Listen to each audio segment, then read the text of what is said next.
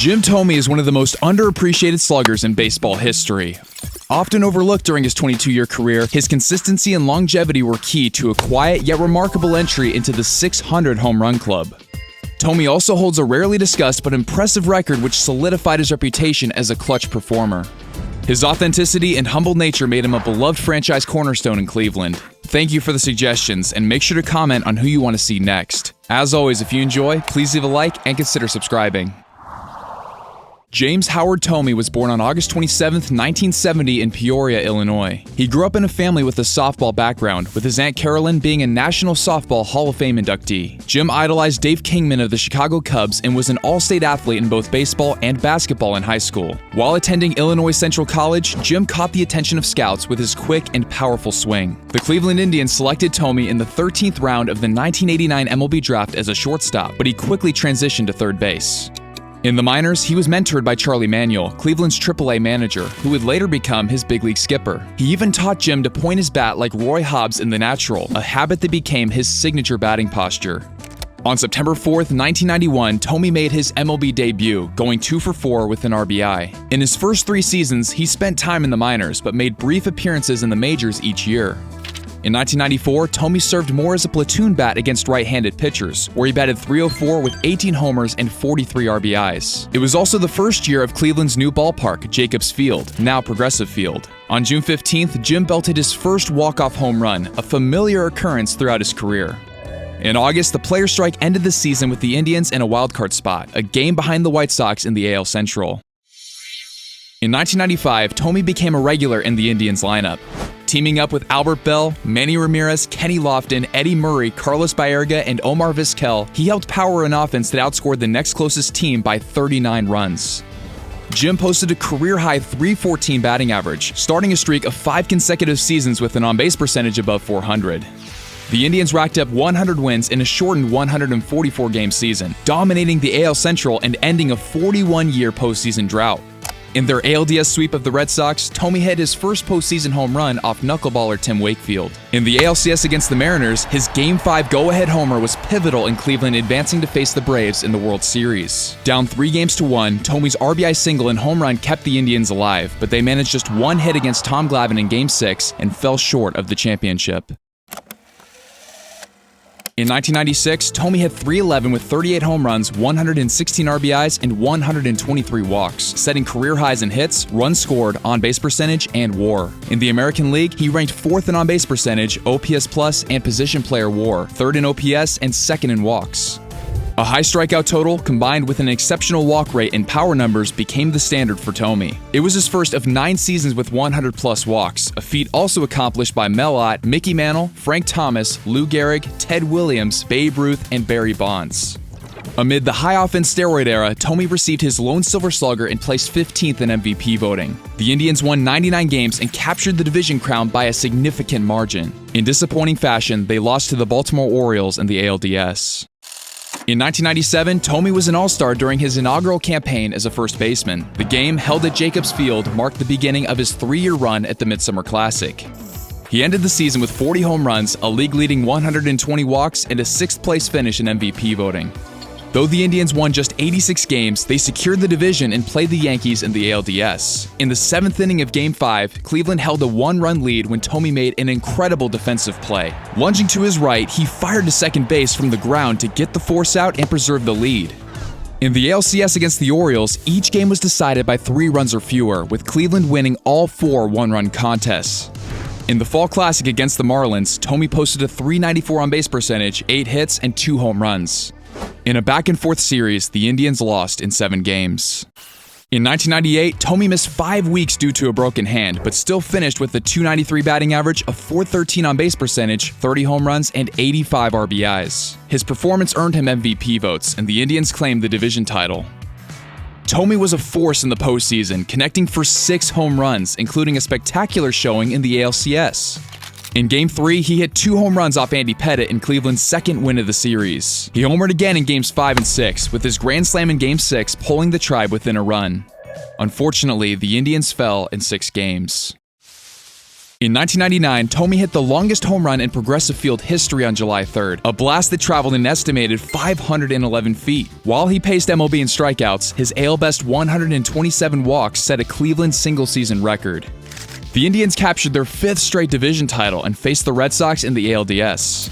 Thome put up a monster display, hitting a 2-run shot to tie Game 1, a grand slam in Game 2, and 2 homers in Game 5, driving in 10 runs throughout the series. His heroic effort was for naught, as Cleveland surrendered a postseason record 23 runs in Game 4 and were eliminated in 5 games. In 2000, Thome delivered another season meeting his signature benchmarks, at least 30 home runs, 100 RBIs, and 100 walks. He would achieve this 9 times in his career, surpassed only by Babe Ruth and Barry Bonds.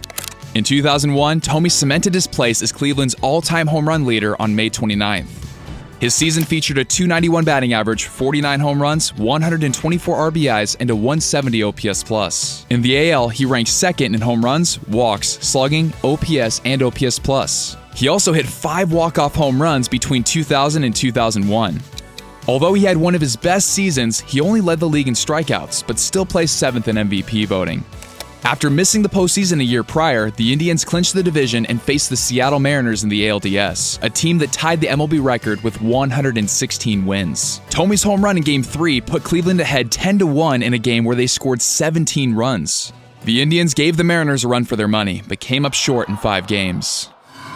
In 2002, Jim Thome took his game to the next level. On July 3rd, he homered in his 7th consecutive game, one shy of the record shared by Ken Griffey Jr., Don Mattingly, and Dale Long.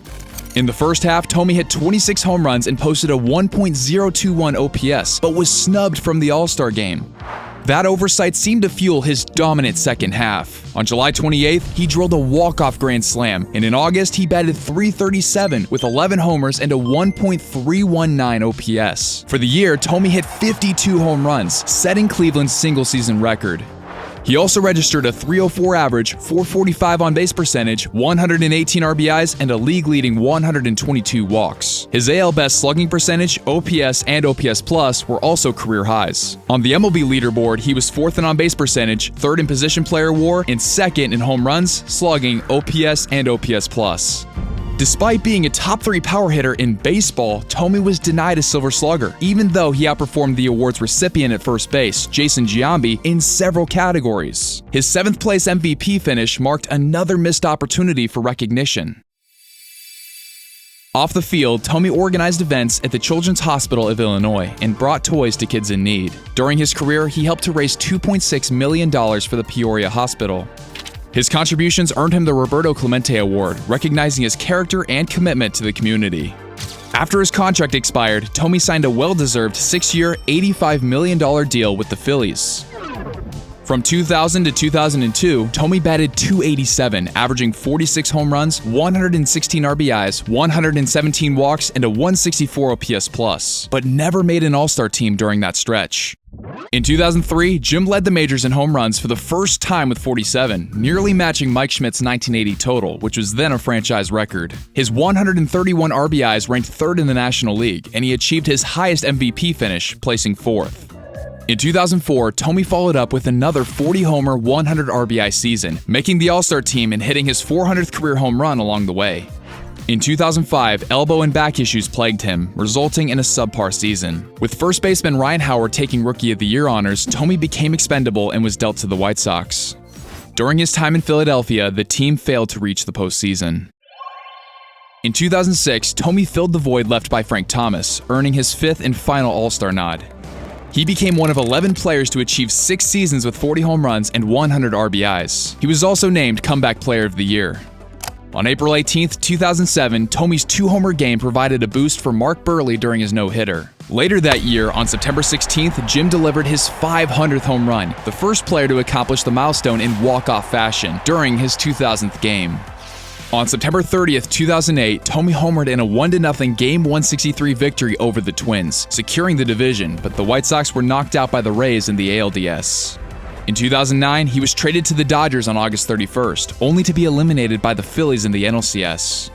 In 2010, now with the Minnesota Twins, Thome excelled in his new role as a DH and pinch hitter. In limited action, he hit .283 with 25 home runs, 59 RBIs, and posted a .182 OPS+, even garnering MVP votes. However, the Twins were swept by the Yankees in the ALDS. In his age 40 season in 2011, Thome battled several injuries but still crushed a 490-foot homer, the longest in Target Field history at the time. On August 15th, he belted 2 home runs, notching his 600th and becoming the oldest player to do so. Fittingly, it came versus the Tigers, a team he homered off 66 times during his career, the most against any single opponent. Before August ended, he was sent back to the Indians, where on his birthday, he hit a game-tying homer in an 8-7 win. On September 25th, the crowd gave him a heartfelt ovation during his final home game with Cleveland, where he briefly returned to third base for the first time since 1996. In 2012, Thome returned to the Phillies, reuniting with manager Charlie Manuel for his final season. On June 23rd, he added to his storied career with his 13th walk-off homer, an MLB record. Impressively, 8 of those came in extra innings. Babe Ruth, Frank Robinson, Jimmie Foxx, Stan Musial, and Mickey Mantle had previously shared the record with 12. Before the calendar flipped to July, Thome was on the move again, this time to the Baltimore Orioles, where he hit the final home run of his career and made one last postseason appearance. The Orioles triumphed in the wildcard game, but fell to the Yankees in the ALDS. Jim Thome batted .276, amassing 2,328 hits, 612 home runs, 1,699 RBIs, a .147 OPS+, and 73.1 WAR. He currently ranks 8th on the all-time home run leaderboard.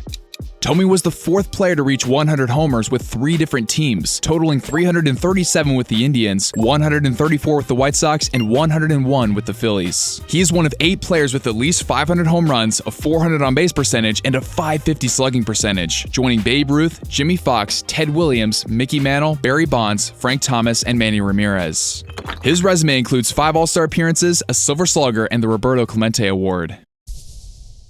In 2013, Thome became a special assistant to the White Sox general manager, a capacity he still holds today. On August 2, 2014, he officially retired with the Indians after signing a one-day contract. He entered the Indians Hall of Fame in 2016 and joined MLB Network as a studio analyst in 2017.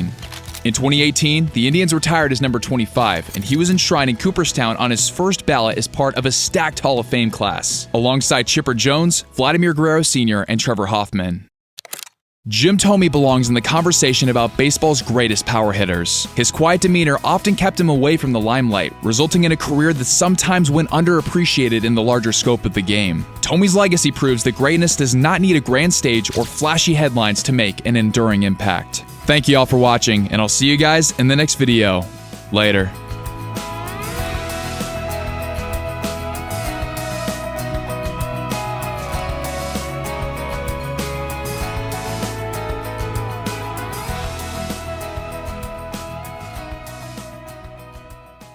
In living the dream that is Major League Baseball, the best part is not the result, but taking the journey with the people whose contributions make it all possible.